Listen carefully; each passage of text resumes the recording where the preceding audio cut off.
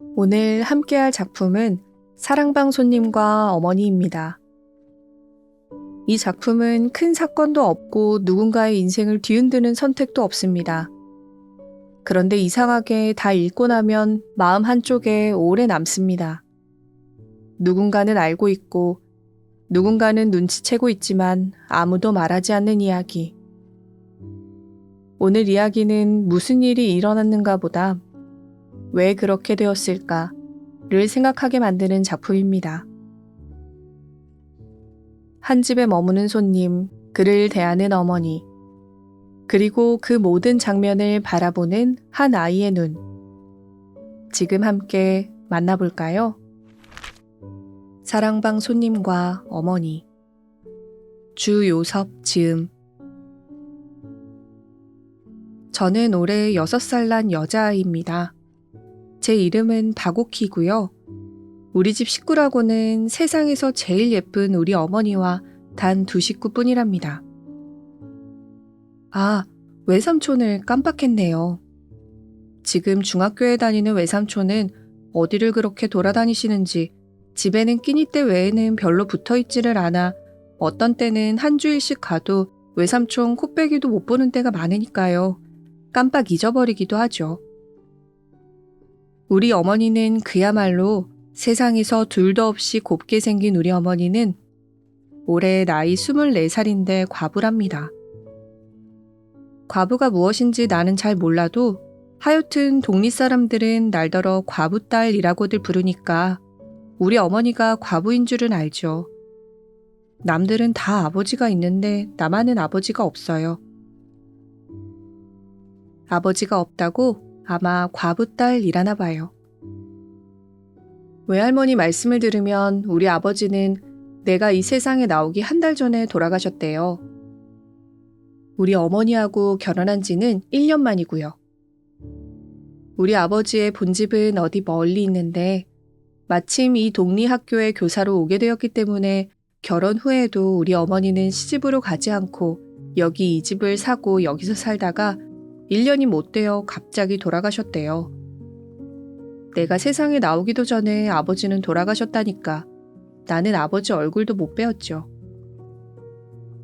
그러기에 아무리 생각해보아도 아버지 생각은 안 나요. 아버지 사진이라는 사진은 나도 한두 번 보았어요. 참말로 훌륭한 얼굴이에요. 아버지가 살아계시면 참말로 이 세상에서 제일 가는 잘난 아버지일 거예요. 그런 아버지를 보지도 못한 건 참으로 분한 일이죠. 그 사진도 본 지가 퍽 오래되었는데 이전에는 그 사진을 늘 어머니 책상 위에 놓아두시더니 외할머니가 오시면 오실 때마다 그 사진을 치우라고 늘 말씀하셨는데 지금은 그 사진이 어디 있는지 없어졌어요. 언젠가 한번 어머니가 제가 없는 동안에 몰래 장롱 속에서 무엇을 꺼내보시다가 내가 들어오니까 얼른 장롱 속에 감추는 것을 제가 보았는데 그게 아마 아버지 사진인 것 같았어요. 아버지가 돌아가시기 전에 우리가 먹고 살 것을 남겨놓고 가셨대요. 작년 여름에, 아니 가을이 다 되어서군요. 하루는 어머니를 따라서 한 10리나 가서 조그만 산이 있는 데를 가서 거기서 밤도 따먹고 또 그 산 밑에 초가집에 가서 닭고깃국을 먹고 왔는데 거기 있는 땅이 우리 땅이래요. 거기서 나는 추수로 밥이나 굶지 않게 된다고요. 그래도 반찬 사고 과자 사고 할 돈은 없대요. 그래서 어머니가 다른 사람의 바느질을 맡아서 해주죠. 바느질을 해서 돈을 벌어서 그걸로 청어도 사고 달걀도 사고 또 내가 먹을 사탕도 사고 한다고요. 그리고 우리 집 정말 식구는 어머니와 나와 단둘뿐인데 아버님이 계시던 사랑방이 비어 있으니까 그 방도 쓸 겸 또 어머니의 잔심부름도 해줄 겸 우리 외삼촌이 사랑방에 와 있게 되었대요. 올해 봄에는 나를 유치원에 보내준다고 해서 저는 너무나 좋아서 친구들한테 실컷 자랑을 하고 나서 집으로 돌아오니까 사랑방에서 큰 외삼촌이 웬 낯선 사람 하나와 앉아서 이야기를 하고 있었어요. 큰 외삼촌이 나를 부르셨죠. 오키야, 와서 이 아저씨께 인사드려라. 저는 어째 부끄러워서 비슬비슬하니까 그 낯선 손님이 그 얘기 참 곱다. 자네 조카딸인가? 하고 큰 외삼촌더러 묻겠죠. 그러니까 큰 외삼촌은 내 누이의 딸. 경성군의 유목녀 외딸일세. 하고 대답했습니다. 그 눈은 꼭 아버지를 닮았네 그려. 하고 낯선 손님이 말합니다. 와서 이 아저씨께 인사해야지. 너의 아버지의 옛날 친구인데 오늘부터 이 사랑이 계실 텐데 인사 여쭙고 친해두어야지. 저는 이 낯선 손님이 사랑방에 계시게 된다는 말을 듣고 갑자기 즐거워졌습니다. 그래서 그 아저씨 앞에 가서 살포시 절을 하고는 그만 앞마당으로 뛰어들어왔죠. 그 낯선 아저씨와 큰 외삼촌은 소리를 내서 크게 웃었습니다. 나는 안방으로 들어오는 어머니를 붙들고 엄마, 사랑방에 큰 삼촌이 아저씨를 하나 데리고 왔는데 그 아저씨가 이제 사랑에 있는데 하고 법석을 떠니까 응, 그래. 하고 어머니는 벌써 안다는 듯이 대수롭지 않게 대답을 했습니다. 그래서 나는 언제부터 와 계시나? 하고 물으니까 오늘부터. 우와, 좋아. 하고 제가 손뼉을 치니까 어머니는 내 손을 꼭 붙잡으면서 왜 이리 수선이야? 그럼 작은 외삼촌은 어디로 가나? 외삼촌도 사랑에 계시지. 그럼 둘이 있어?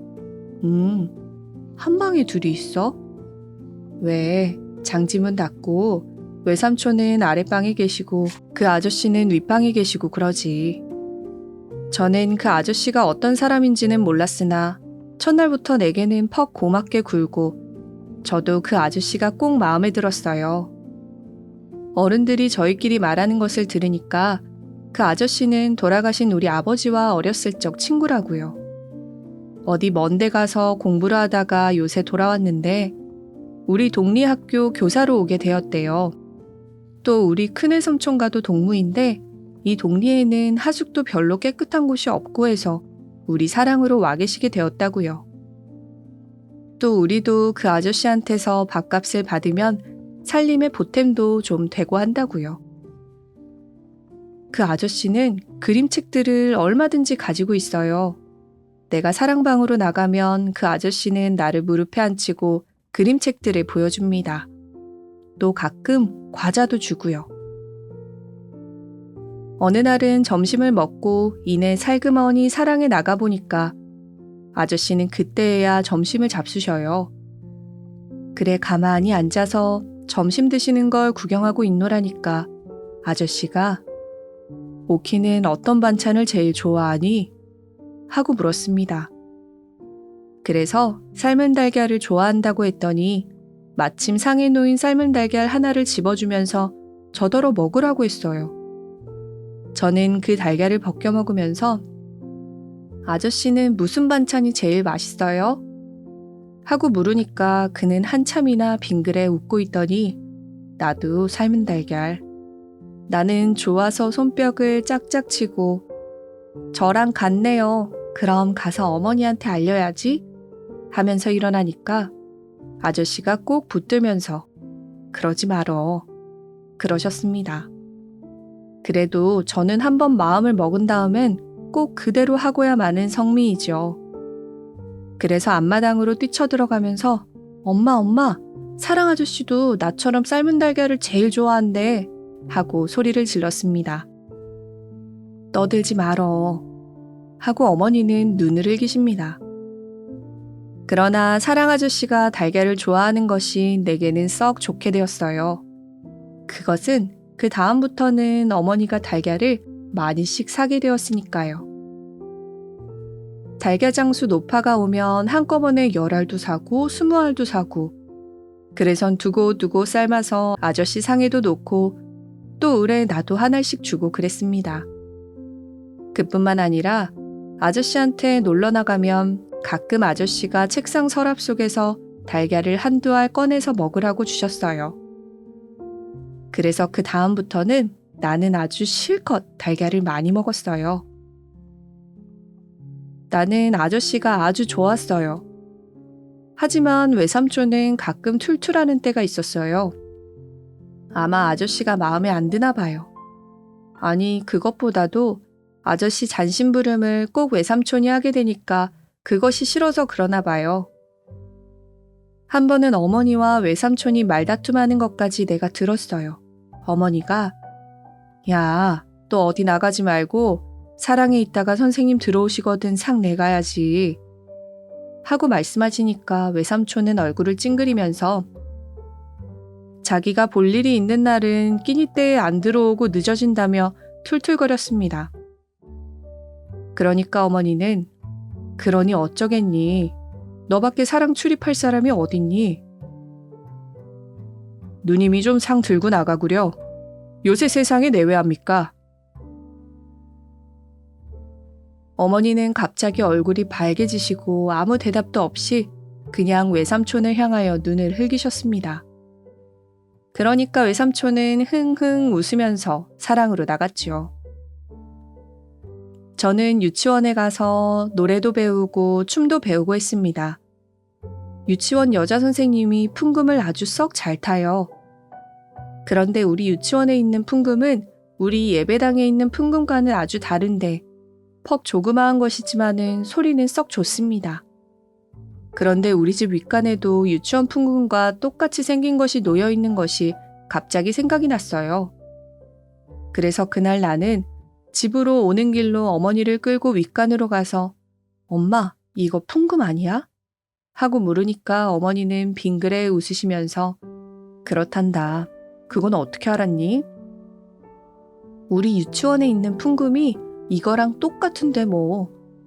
그럼 엄마도 풍금 탈 줄 알아? 하고 나는 다시 물었습니다.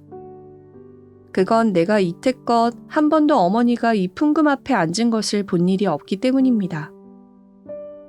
어머니는 아무 대답도 하지 않으셨습니다. 엄마, 이 풍금 좀 타봐.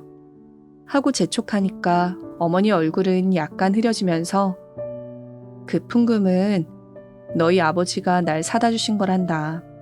너희 아버지 돌아가신 후에는 이 풍금은 이때까지 뚜껑 한 번 안 열어봤어. 이렇게 말씀하시는 어머니 얼굴을 보니까 금방 또 울음보가 터질 것만 같아서 엄마, 나 사탕 줘. 하면서 아랫방으로 끌고 내려왔습니다. 아저씨가 사랑방에 와 계신 지 벌써 여러 밤을 잔 뒤입니다. 아마 한 달이나 되었겠죠. 나는 거의 매일 아저씨 방에 놀러 갔습니다. 어머니는 나더러 그렇게 가서 귀찮게 굴면 못 쓴다고 가끔 꾸지람을 하시지만 정말인데 나는 조금도 아저씨를 귀찮게 굴지 않았어요. 도리어 아저씨가 나를 귀찮게 굴었죠. 오키 눈은 아버지를 닮았다. 고운 코는 어머니를 닮았고 입하고 말이야. 그치? 어머니도 오키처럼 고우시지? 이렇게 여러 가지로 물을 적도 있었습니다. 그래서 나는 아저씨, 오늘 우리 엄마 못 봤어요? 하고 물었더니 아저씨는 잠잠합니다. 그래서 나는 우리 엄마 보러 들어갈까요? 하면서 아저씨 소매를 잡아당겼더니 아저씨는 펄쩍 뛰면서 아니 안 돼. 난 지금 분주해서 하면서 나를 잡아 끌었습니다. 그러나 정말로는 그리 분주하지도 않은 모양이었어요. 그러기에 나더러 가란 말도 않고 그냥 나를 붙들고 앉아서 머리를 쓰다듬어 주었습니다. 요 저고리는 누가 해주니? 밤에 엄마하고 한자리에서 자니? 하는 등 쓸데없는 말을 자꾸만 물었죠.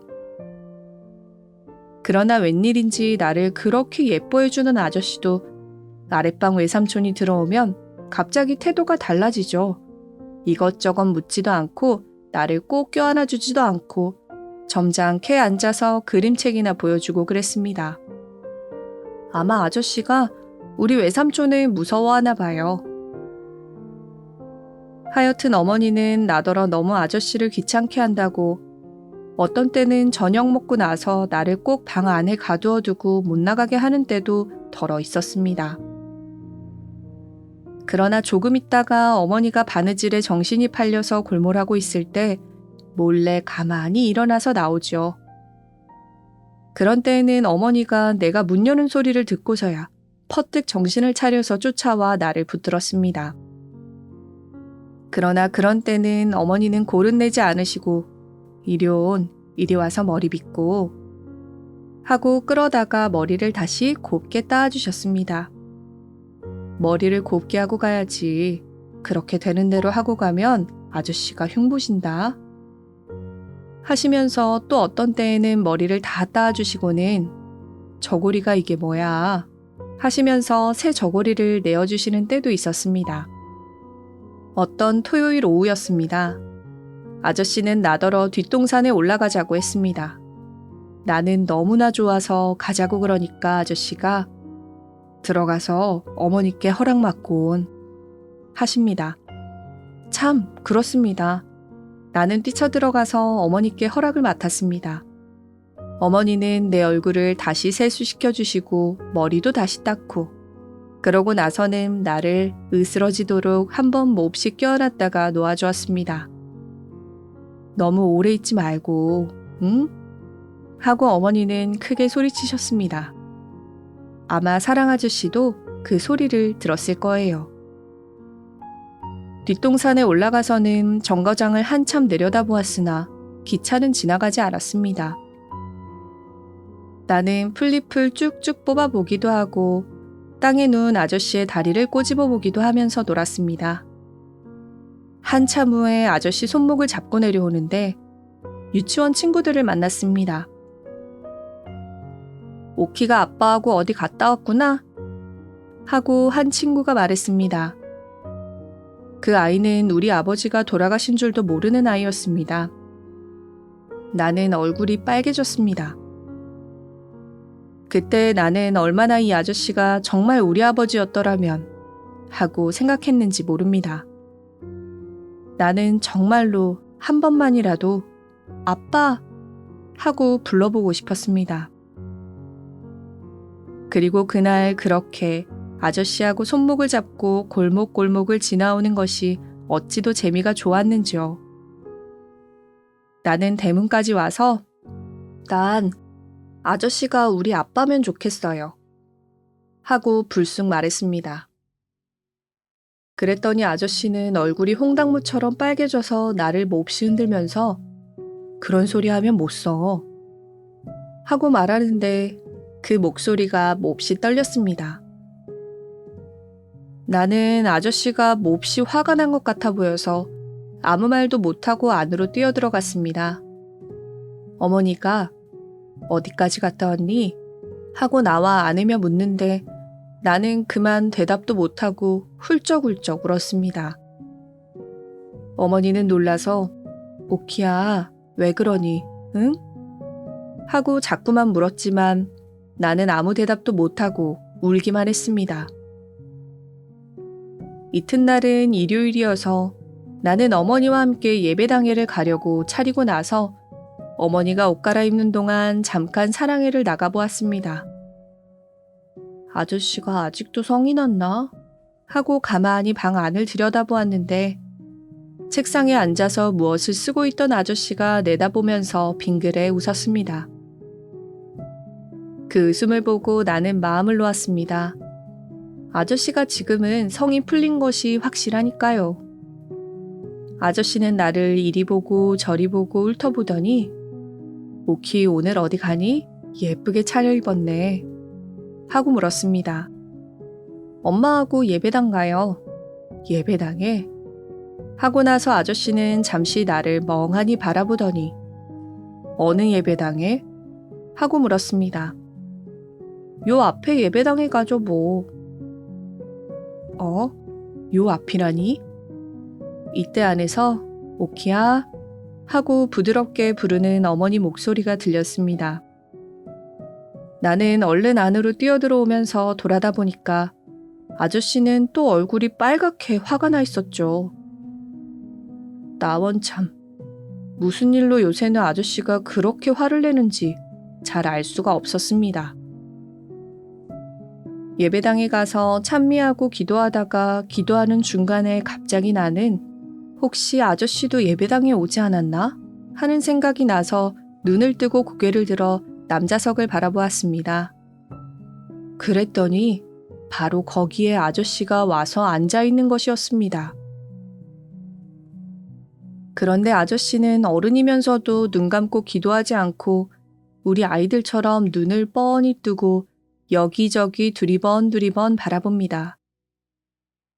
나는 얼른 아저씨를 알아보았는데 아저씨는 나를 못 알아보았는지 내가 방글에 웃어 보여도 웃지도 않고 멀거니 보고만 있었습니다. 그래서 저는 손을 흔들었죠. 그러니까 아저씨는 얼른 고개를 숙이고 말았습니다. 그때 어머니가 내가 팔 흔드는 것을 깨닫고 두 손으로 나를 붙들고 끌어당겼습니다. 나는 어머니 귀에다 입을 대고 저기 아저씨도 왔어 하고 속삭이니까 어머니는 흠칫하면서 내 입을 손으로 막고 막 끌어 잡아다가 앞에 앉히고 고개를 눌렀습니다. 보니까 어머니가 또 얼굴이 홍당무처럼 빨개졌습니다. 그날 예배는 아주 별로였습니다. 웬일인지 예배가 다 끝날 때까지 어머니는 성이 나서 강대만 향하여 앞으로 바라보고 있었고 이전 모양으로 가끔 나를 내려다보고 웃는 일도 없었습니다. 그리고 아저씨를 보려고 남자석을 바라다 보아도 아저씨도 한 번도 바라다 보아 주지도 않고 화가 나서 앉아 있었고 어머니는 나를 보지도 않고 공연히 꽉꽉 잡아당겼습니다. 왜 모두들 그렇게 화가 났는지 나는 그만 울어버리고 싶었어요. 그러나 바로 멀지 않은 곳에 우리 유치원 선생님이 앉아 계신 걸 보고는 울고 싶은 걸 억지로 참았답니다. 내가 유치원에 입학한 후에 처음 얼마 동안은 유치원에 갈 때나 올 때나 외삼촌이 바래다 주었습니다. 그러나 여러 밤을 자고 난 뒤에는 나 혼자서도 넉넉히 다니게 되었습니다. 그러나 언제나 내가 유치원에서 돌아오는 때면 어머니가 옆 대문 밖에 기다리고 섰다가 내가 달려가면 안고 집 안으로 들어가곤 하는 것이었습니다.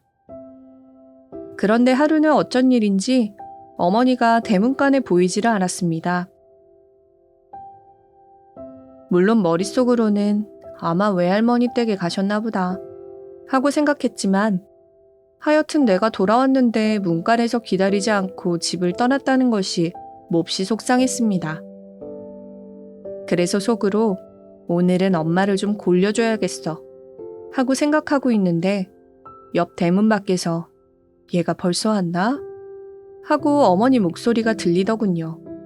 그 순간 나는 얼른 신을 벗어 들고 안방으로 뛰어 들어가서 벽장문을 열고 그 속에 들어가서 숨어버렸습니다. 오키야, 오키 너 여태 알았니?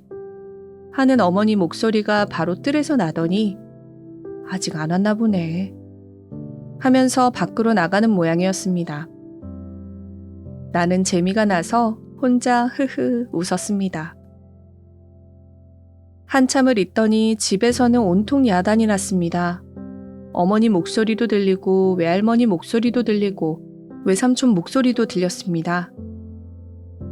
글쎄 하루 종일 집이라고는 안 떠났다가 오키 유치원 끝나고 오면 먹일 과자가 없기에 어머님 댁에 잠깐 갔다 왔는데 그동안에 이런 일이 생긴걸 하는 것은 어머니 목소리. 글쎄 유치원에서 벌써 20분 전에 떠났다고 하지 않니? 하는 것은 외할머니 목소리. 하여튼 내가 가서 돌아다녀 볼게요. 하는 것은 외삼촌의 목소리였습니다. 이윽고 어머니의 울음소리가 가늘게 들렸습니다. 외할머니는 무얼하고 중얼중얼 이야기하는 모양이었습니다. 이제 그만하고 나갈까?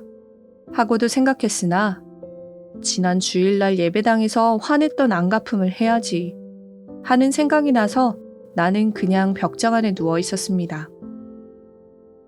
벽장 안은 답답하고 더웠습니다. 그래서 나도 모르게 나는 슬며시 잠이 들고 말았습니다. 얼마 동안이나 잤을까요? 이윽고 잠을 깨어서 보니 아까 내가 벽장 안으로 들어왔던 건 잊어버리고 참 이상스러운데 내가 누워 있었습니다. 어두컴컴하고 좁고 덥고 나는 갑자기 무서운 생각이 나서 엉엉 울기 시작했어요. 그러자 갑자기 어디 가까운 데서 어머니의 외마디 비명소리가 나더니 벽장문이 벌컥 열리고 어머니가 달려들어서 나를 안아내렸습니다. 왜 그랬어? 하면서 어머니는 내 엉덩이를 대번 때렸습니다. 나는 더욱더 소리를 내서 울었습니다. 그때에는 어머니는 나를 끌어안고 어머니도 따라 울었습니다. 오키야, 오키야, 이제 괜찮아. 엄마 여기 있잖아. 울지 마라 오키야. 엄마는 오키 하나면 그뿐이야. 오키 하나만 바라고 산다. 응, 난 너 하나면 그뿐이야. 세상 다 필요 없다. 오키만 있으면 돼. 이렇게 어머니는 나더러 자꾸 울지 말라고 하면서도 어머니는 그치지 않고 자꾸 울었습니다. 외할머니는 아이고 그것이 도깨비가 들렸나 벽장 속엔 왜 숨는담 하고 앉아 있었습니다. 이튿날 유치원을 파하고 집으로 오게 된 때 나는 갑자기 어제 벽장 속에 숨었다가 어머니를 몹시 울게 했던 생각이 나서 집으로 돌아가기가 어쩐지 부끄러워졌습니다. 오늘은 어머니를 좀 기쁘게 해드려야 할 텐데 뭘 갖다 드리면 기뻐할까? 하고 생각했습니다. 그러자 문득 유치원 안에 선생님 책상 위에 놓여있던 꽃병이 생각났습니다. 그 꽃병에는 나는 이름도 모르지만 곱고 빨간 꽃이 꽂혀 있었습니다. 그 꽃은 개나리도 아니고 진달래도 아니었습니다. 그런 꽃은 나도 잘 알고 또 그런 꽃은 벌써 피었다가 져버린 후였습니다. 무슨 서양꽃이려니 하고 나는 생각했습니다. 나는 우리 어머니가 꽃을 사랑하는 줄을 잘 압니다. 그래서 그 꽃을 갖다가 드리면 어머니가 몹시 기뻐하려니 하고 생각했습니다. 그래서 나는 도로 유치원 방 안으로 들어갔습니다. 마침 방 안에는 아무도 없었습니다. 선생님도 잠깐 어디를 가셨는지 보이지 않았습니다. 그래서 나는 그 꽃 2개를 얼른 빼들고 다름질 쳐 나왔습니다. 집에 오니 어머니는 문간에서 기다리고 있다가 나를 안고 들어왔습니다. 그 꽃은 어디서 났니? 예쁘다. 하고 어머니가 말씀하셨습니다. 그러다 나는 갑자기 말문이 막혔습니다. 이거 엄마 주려고 유치원에서 가져왔어. 하고 말하기가 어째 몹시 부끄러운 생각이 들었습니다. 그래서 잠깐 망설이다가 아, 이 꽃? 저 사랑 아저씨가 엄마 갖다 주라고 줬어. 하고 불쑥 말했습니다. 그런 거짓말이 어디서 그렇게 툭 튀어나왔는지 나도 모르죠. 꽃을 들고 냄새를 맡고 있던 어머니는 내 말이 끝나기가 무섭게 무엇에 몹시 놀란 사람처럼 화다닥 하였습니다.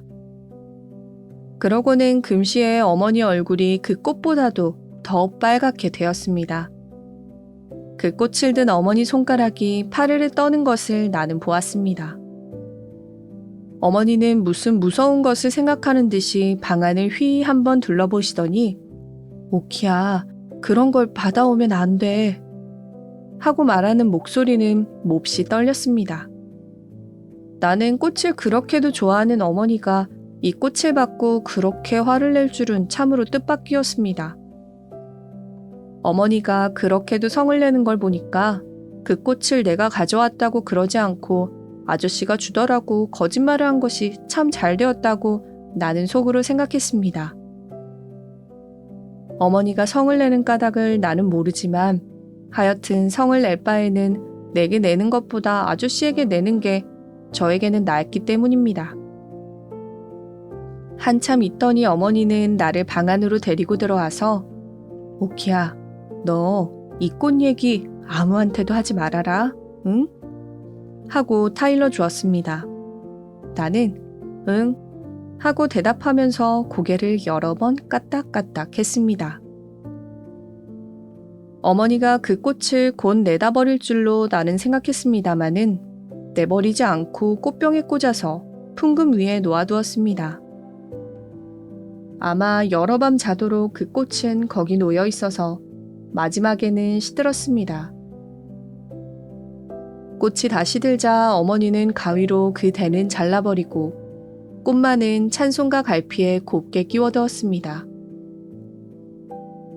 내가 어머니께 꽃을 갖다 주던 날 밤에 나는 또 사랑에 놀러 나가서 아저씨 무릎에 앉아서 그림책을 보고 있었습니다. 갑자기 아저씨 몸이 흠칫했습니다. 그러고는 귀를 기울입니다. 나도 귀를 기울였습니다. 풍금 소리. 그 풍금 소리는 분명 안방에서 흘러나오는 것이었습니다. 엄마가 풍금 타나 보다 하고 나는 벌떡 일어나서 안으로 뛰어왔습니다. 안방에는 불을 켜지 않았습니다. 그러나 그때는 음력으로 보름께나 되어서 달이 낮같이 밝은데 은빛 같은 흰 달빛이 방 한 절반 가득 차 있었습니다. 나는 그 흰 옷을 입은 어머니가 풍금 앞에 앉아서 고요히 풍금을 타는 것을 보았습니다. 나는 지금 6살밖에 안 되었지만 하여튼 어머니가 풍금을 타시는 것을 보는 건 오늘이 처음이었습니다. 어머니는 우리 유치원 선생님보다도 풍금을 더 잘 타시는 것이었습니다. 나는 어머니 곁으로 갔습니다마는 어머니는 내가 곁에 온 것도 깨닫지 못하는지 그냥 까딱하지 않고 풍금을 탔습니다. 조금 있더니 어머니는 풍금 곡조에 맞춰 노래를 부르기 시작했습니다. 어머니의 목소리가 그렇게도 아름다운 건 이때까지 모르고 있었습니다. 어머니는 참으로 우리 유치원 선생님보다도 목소리가 훨씬 더 곱고 또 노래도 훨씬 더 잘 부르는 것이었습니다. 나는 가만히 서서 어머니 노래를 들었습니다. 그 노래는 마치 은시를 타고 저 별나라에서 내려오는 노래처럼 아름다웠습니다. 그러나 얼마 오래지 않아 목소리는 약간 떨리기 시작했습니다. 가늘게 떨리는 노랫소리.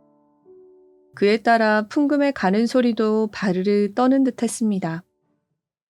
노랫소리는 차차 가늘어지더니 마지막에는 사르르 없어져 버렸습니다. 풍금 소리도 사르르 없어졌습니다. 어머니는 고요히 풍금에서 일어나시더니 옆에 서 있는 내 머리를 쓰다듬었습니다. 그 다음 순간 어머니는 나를 안고 마루로 나오셨습니다. 어머니는 아무 말씀도 없이 그냥 나를 꼭꼭 껴안는 것이었습니다.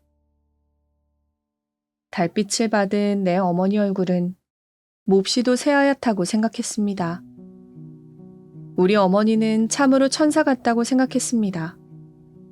우리 어머니의 새하얀 두 뺨 위로 쉴 새 없이 두 줄기 눈물이 줄줄 흘러내리고 있는 걸 나는 보았습니다. 그걸 보니 나도 갑자기 울고 싶어졌습니다.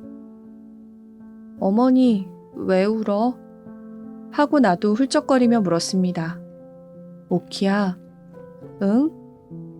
한참 동안 어머니는 아무 말씀도 없었습니다. 그러나 한참 후에 오키야, 난 너 하나면 그뿐이야. 엄마. 어머니는 다시 대답이 없으셨습니다. 하루는 밤에 아저씨 방에서 놀다가 졸려서 안방으로 들어오려고 일어서니까 아저씨가 하얀 봉투를 서랍에서 꺼내어 내게 주었습니다. 오키야, 이거 갖다가 엄마 드리고 지난달 밥값이라고 말씀드려. 응? 나는 그 봉투를 갖다가 어머니에게 드렸습니다. 어머니는 그 봉투를 받아들자 갑자기 얼굴이 파랗게 질렸습니다. 그 전날 달밤에 마루에 앉아있을 때보다도 더 새하얗다고 생각되었습니다. 어머니는 그 봉투를 들고 어쩔 줄 모르는 듯이 초조한 빛이 나타났습니다. 나는 그거 지난달 밥값이래 하고 말을 하니까 어머니는 갑자기 자다가 깨나는 사람처럼 응? 하고 놀라더니 또 금방 백지장같이 하얀 얼굴이 발갛게 물들었습니다.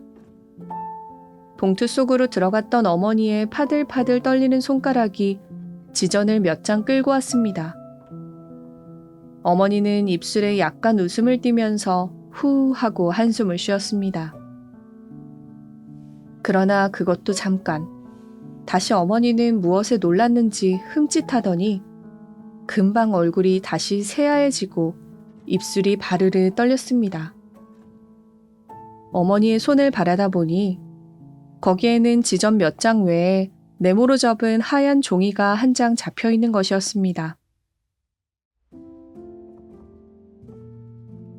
어머니는 한참을 망설이는 모양이었습니다. 그러더니 무슨 결심을 한 듯이 입술을 악물고 그 종이를 차근차근 펴들고 그 안에 쓰인 글을 읽었습니다. 나는 그 안에 무슨 글이 쓰여 있었는지 알 도리가 없었지만 어머니가 그 글을 읽으면서 금방 얼굴이 파랬다 발겠다 하고 그 종이를 든 손은 이제는 바들바들이 아니라 와들와들 떨려서 그 종이가 부석부석 소리를 내게 되었습니다. 한참 후에 어머니는 그 종이를 아까 모양으로 네모지게 접어서 돈과 함께 봉투에 도로 넣어 반지꼬리에 던졌습니다. 그러고는 정신 나간 사람처럼 멀거니 앉아서 전등만 쳐다보는데 어머니 가슴이 불룩불룩합니다. 나는 어머니가 혹시 병이나 나지 않았나 하고 염려가 되어 얼른 가서 무릎에 안기면서 엄마, 잘까? 하고 말했습니다. 엄마는 내 뺨에 입을 맞추어 주었습니다. 그런데 어머니의 입술이 어쩌면 그리도 뜨거운지요. 마치 불에 달군 돌이 볼에 와닿는 것 같았습니다. 한참을 자고 나서 잠이 채 깨지는 않았으나 어렴풋한 정신으로 옆을 쓸어보니 어머니가 없었습니다. 가끔 가다가 나는 그런 버릇이 있었어요. 어렴풋한 정신으로 옆을 쓸면 어머니의 보드라운 살이 만져지죠. 그러면 다시 나는 잠이 들어버리곤 하는 것이었습니다. 어머니가 자리에 없다는 걸 알게 되자 나는 갑자기 무서워졌습니다. 그래서 잠은 다 달아나고 눈을 번쩍 뜨고 고개를 돌려 살펴보았습니다. 방 안에는 불은 안 켰지만 어슴푸레하게 밝습니다. 뜰로 하나 가득한 달빛이 방 안까지 희미한 밝음을 던져주는 것이었습니다. 윗목을 보니 우리 아버지의 옷을 넣어두고 가끔 어머니가 꺼내서 쓸어보시는 그 장롱문이 열려 있고 그 아래 방 안에는 흰옷이 한 무더기 널려 있었습니다. 그리고 그 옆에는 장롱을 반쯤 기대고 잠옷만 입은 어머니가 주춤하고 앉아서 고개를 위로 쳐들고 눈을 감고 무엇이라고 입술로 소곤소곤 외고 있는 것이 보였습니다. 아마 기도를 하나 보다 하고 나는 생각했습니다. 나는 자리에서 일어나 기어가서 어머니 무릎을 벌리고 기어들어갔습니다. 엄마 뭐해? 어머니는 소곤거리기를 그치고 눈을 떠서 나를 한참이나 물끄러미 들여다보았습니다. 오키야, 응? 가서 자자. 엄마도 같이 자. 그래, 엄마도 같이 자. 그 목소리가 어째 싸늘하다고 나는 생각했습니다. 어머니는 돌아가신 아버지의 옷들을 한 가지씩 들고는 가만히 손바닥으로 쓸어보고는 장롱 안에 넣었습니다. 하나씩 하나씩 쓸어보고는 장롱에 넣고 나요. 그 옷을 다 넣은 때 장롱문을 닫고 쇠를 채우고 그러고 나서 나를 안고 자리로 돌아왔습니다. 엄마, 우리 기도하고 자? 하고 나는 물었습니다. 어머니는 나를 밤마다 재워줄 때마다 반드시 기도를 하는 것이었습니다. 내가 할 줄 아는 기도는 주기도문 뿐이었습니다. 그 뜻은 하나도 모르지만 어머니를 따라서 자꾸자꾸 해보아서 지금에는 나도 주기도문을 잘 외웁니다. 그런데 웬일인지 어젯밤 잘 때에는 어머니가 기도할 것을 잊어버리고 그냥 잤던 것이 지금 생각났기 때문에 나는 그렇게 물었던 것입니다. 어젯밤 자리에 들 때 내가 기도할까? 하고 말하고 싶었으나 어머니가 너무도 슬픈 빛을 띠고 있는 거로 그만 나도 가만히 아무 소리 없이 잠이 들고 말았던 것입니다. 기도하자. 하고 어머니가 고요히 대답했습니다. 엄마가 기도해. 하고 나는 갑자기 어머니의 기도하는 보드라운 음성이 듣고 싶어져서 말했습니다. 하늘에 계신 우리 아버지. 어머니는 고요히 기도를 시작했습니다. 아버지의 이름이 거룩히 빛나시며 아버지의 나라가 오시며 아버지의 뜻이 하늘에서와 같이 땅에서도 이루어지소서. 오늘 저희에게 일용할 양식을 주시고 저희에게 잘못한 일을 저희가 용서하오니 저희 죄를 용서하시고 저희를 유혹에 빠지지 않게 하시고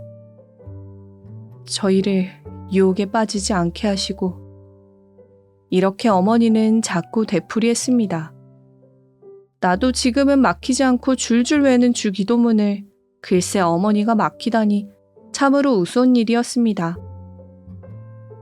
저희를 유혹에 빠지지 않게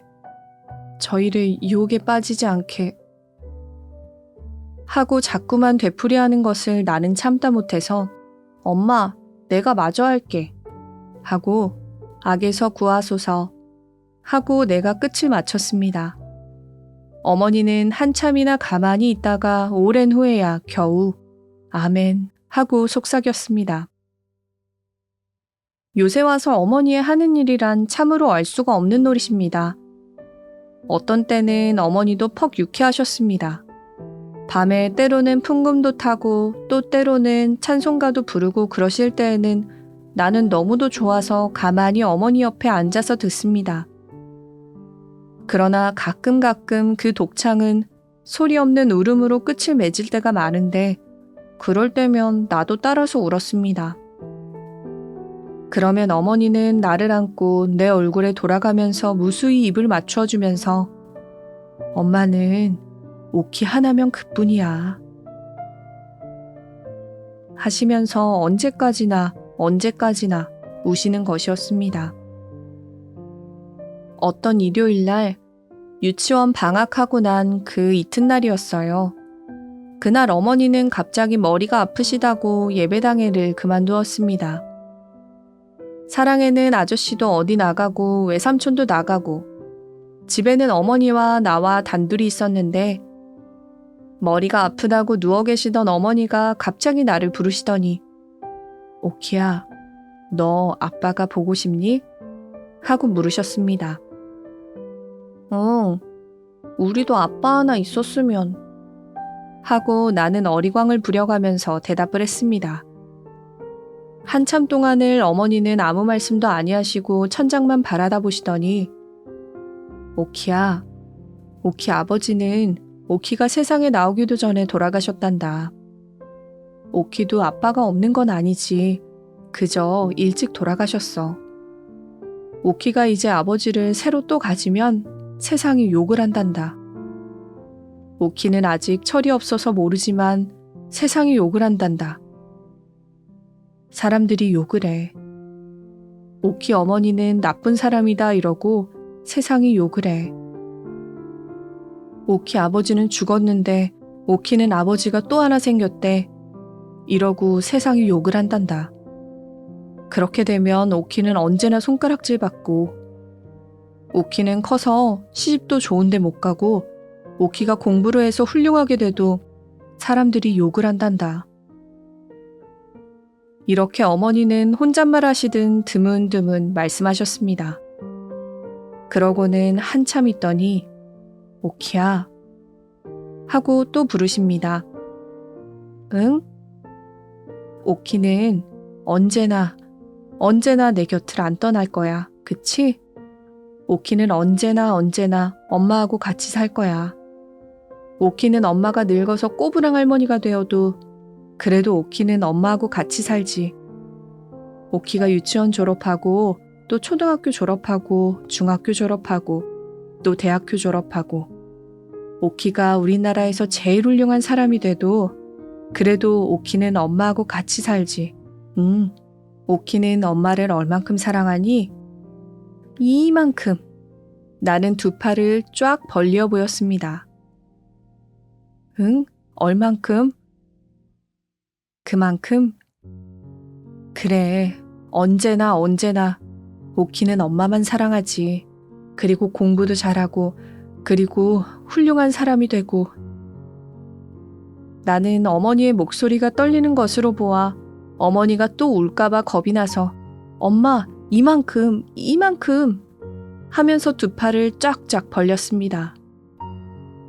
어머니는 울지 않으셨습니다. 응, 그래. 오키 엄마는 오키 하나면 그뿐이야. 세상 다른 건 다 소용없어. 우리 오키 하나면 그만이야. 그치, 오키야? 응. 어머니는 나를 당겨서 꼭 껴안고 내 가슴이 막혀 들어올 때까지 자꾸만 껴안아 주었습니다. 그날 밤 저녁밥 먹고 나니까 어머니는 나를 불러 앉히고 머리를 새로 빗겨주었습니다. 댕기도 새 댕기를 들여주고 바지, 저고리, 치마 모두 새 것을 꺼내 입혀주었습니다. 엄마, 어디 가? 하고 물으니까 아니 하고 웃음을 띠면서 대답합니다. 그러더니 풍금 옆에서 새로 달인 하얀 손수건을 내려 내 손에 쥐어주면서 이 손수건 저 사랑아저씨 손수건인데 이거 아저씨 갖다 드리고 와.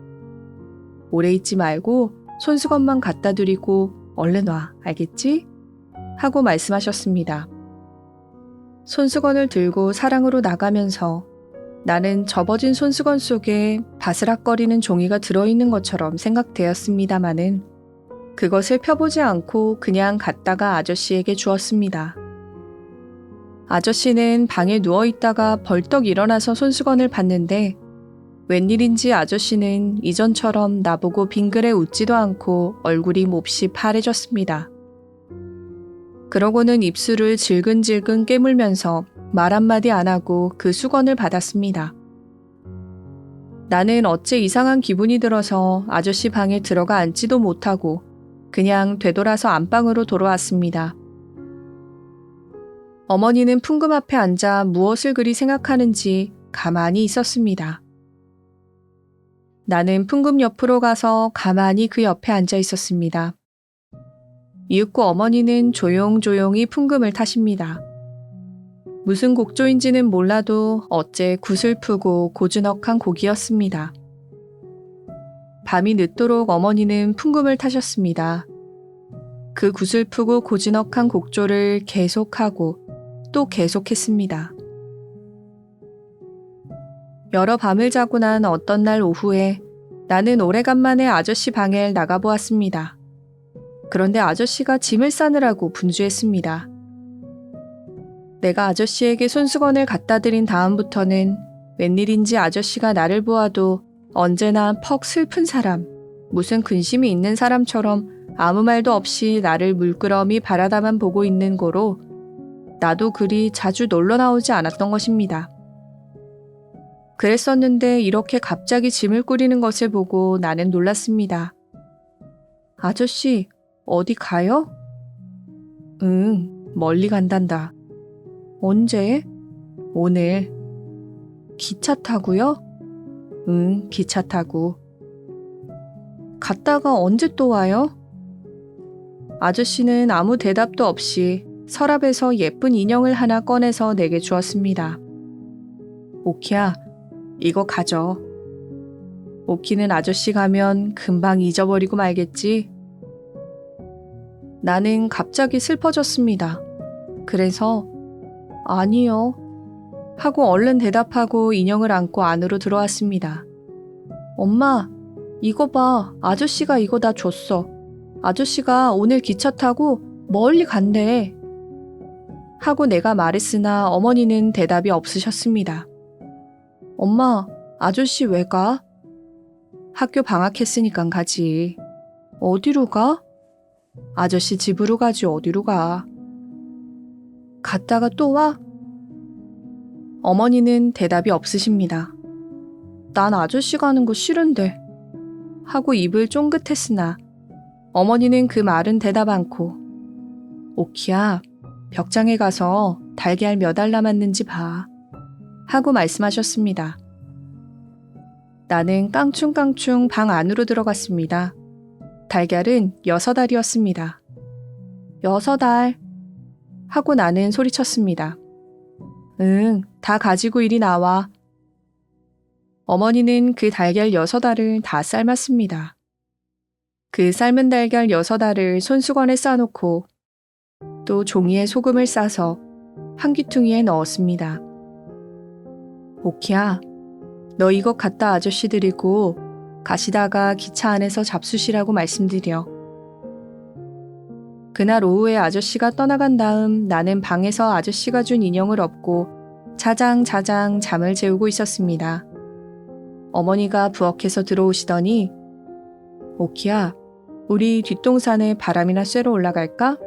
하셨습니다. 응, 가요.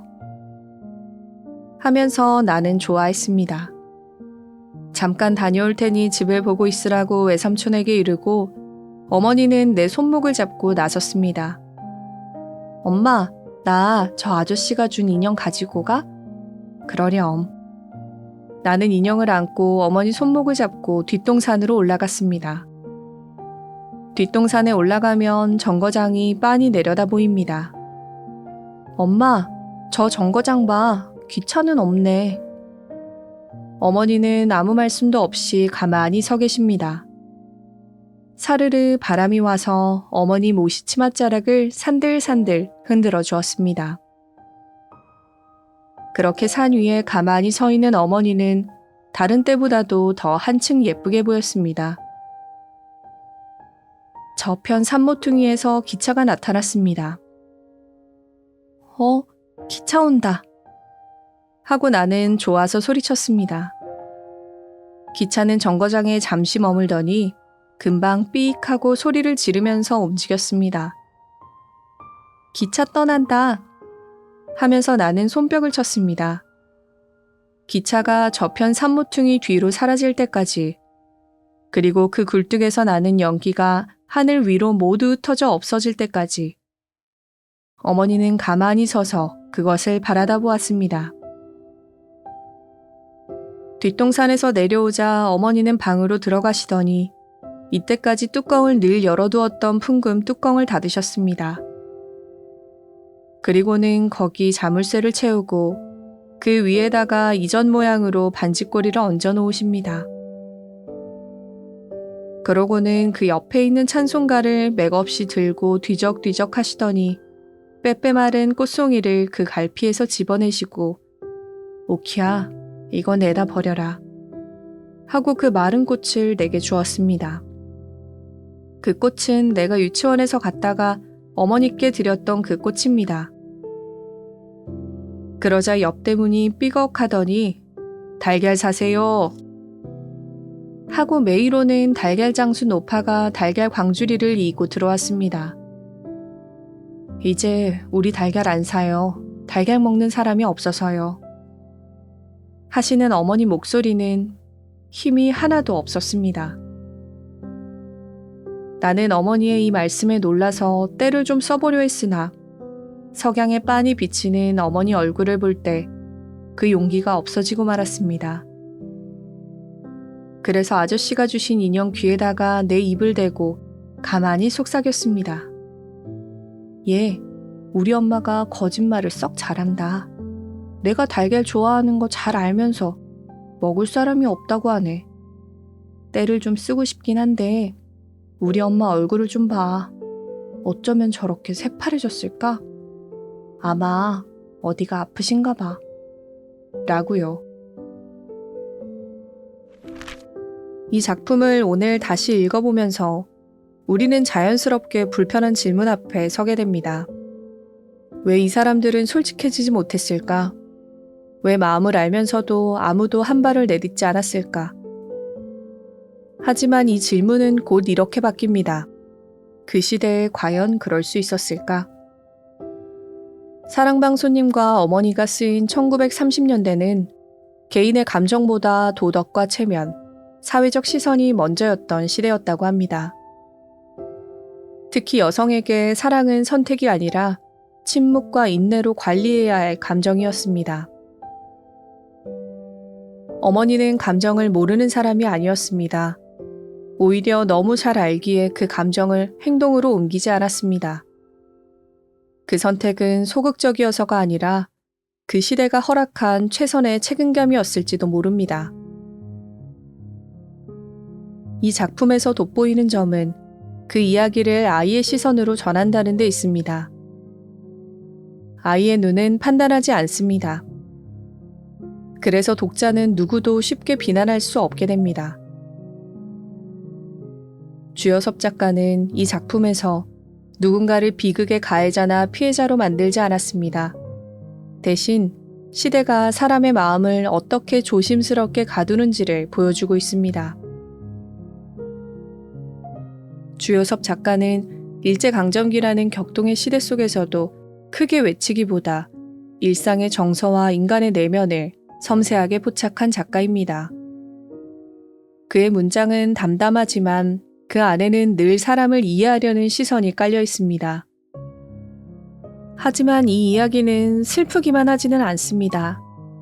오히려 사람이 얼마나 서로를 배려하며 살 수 있는 존재인지, 그리고 사랑이 꼭 말이나 행동으로만 증명되는 것은 아니라는 사실을 담담하게 보여줍니다. 조용하지만 단단한 여운을 남기는 이야기, 주여섭의 사랑방송님과 어머니였습니다. 끝까지 들어주셔서 감사합니다.